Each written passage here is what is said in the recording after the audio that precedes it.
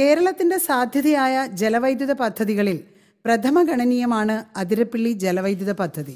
സംസ്ഥാനത്തിന്റെ ഊർജ്ജ പ്രതിസന്ധിയുടെ പ്രധാന പരിഹാരമാർഗമെന്ന് വിശേഷിപ്പിച്ചുകൊണ്ടാണ് KSEBയുടെ ലഘുചിത്രം. വിമർശങ്ങളെ തള്ളുന്ന ലഘുചിത്രം പദ്ധതി കൊണ്ട് പ്രകൃതിക്കും മൃഗങ്ങൾക്കും ഗുണമുണ്ടാകുമെന്ന് പറയുന്നു. ഒരു ആദിവാസി കുടുംബത്തെ പോലും കുടിയൊഴിപ്പിക്കേണ്ടി വരില്ലെന്നും അവകാശപ്പെടുന്നു.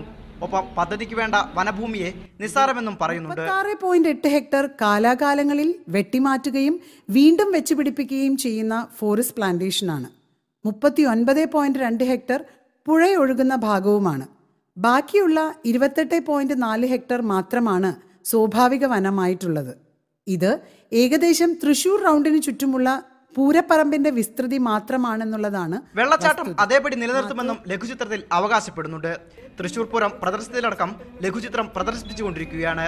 അതിരപ്പള്ളി പദ്ധതി നടപ്പിലാക്കുന്നതിന് ഇടതു മുന്നണിക്കുള്ളിൽ നിന്നും പുറത്തുനിന്നും എതിർപ്പുകൾ ശക്തമാണ്. അഭിപ്രായ സമന്വയത്തിലൂടെ പദ്ധതി നടപ്പിലാക്കാൻ ശ്രമിക്കുമെന്നാണ് വൈദ്യുതി മന്ത്രി MM മണിയുടെ അഭിപ്രായം. ഇതിനുള്ള ശ്രമത്തിലാണ് KSEB എന്നാണ് വിലയിരുത്തപ്പെടുന്നത്. തനതായ സംഭാവനയുള്ള ഈ പദ്ധതി യാഥാർത്ഥ്യമാക്കുന്നതിന് അഭിപ്രായ ഐക്യം അടിയന്തരമായി രൂപപ്പെടേണ്ടിയിരിക്കുന്നു. മീഡിയ 1 തൃശൂർ.